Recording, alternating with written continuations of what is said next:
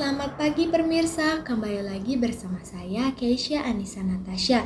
Dalam berita pagi ini, kita akan mengulas lebih dalam mengenai perkembangan situasi COVID-19 yang saat ini berada dalam fase endemi di Indonesia.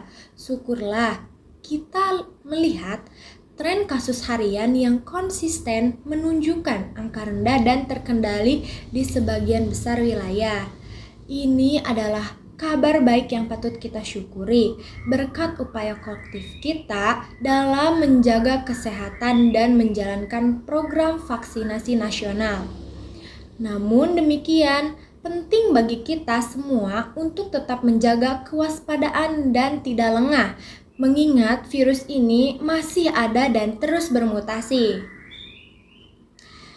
Mengapa kewaspadaan tetap penting?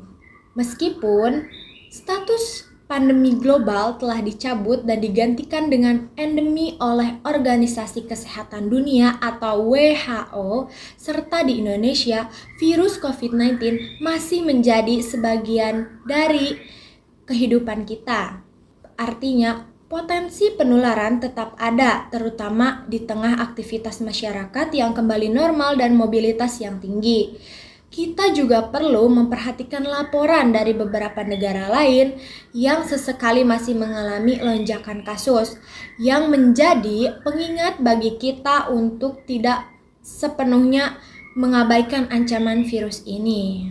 Berikut ini adalah tampilan grafik singkat tren kasus di Indonesia atau peta dunia dengan negara yang kasusnya meningkat.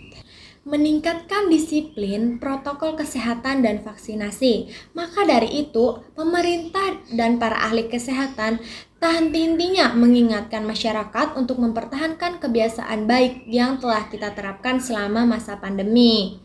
Protokol kesehatan dasar seperti mencuci tangan dengan sabun dan air mengalir atau menggunakan hand sanitizer masih menjadi benteng pertama pertahanan kita.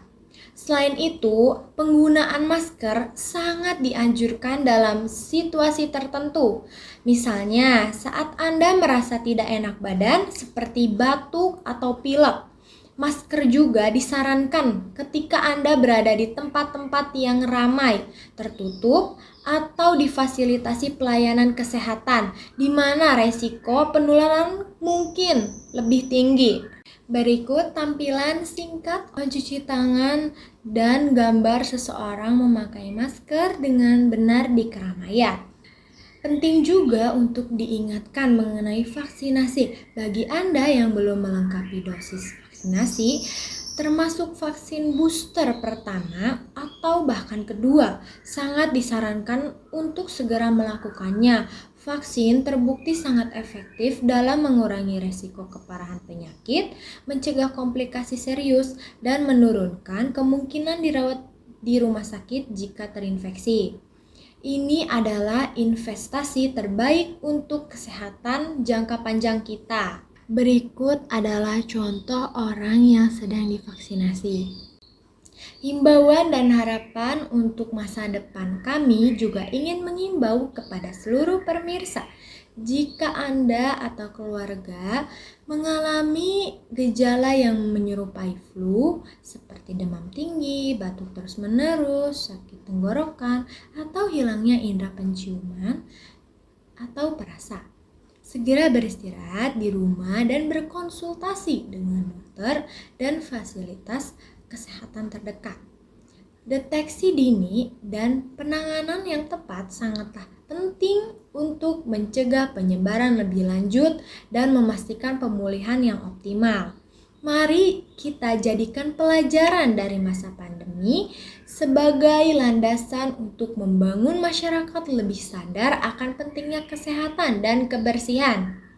Dengan terus menjaga kewaspadaan disiplin dalam menjalankan gaya hidup sehat dan saling menjaga satu sama lain, kita optimis dapat menghadapi tantangan kesehatan di masa depan dengan lebih baik. Demikian laporan mengenai perkembangan COVID-19 pagi ini. Saya, Keisha Anissa Natasha, pamit undur diri. Tetap sehat, tetap semangat, dan sampai jumpa di berita pagi ini selanjutnya.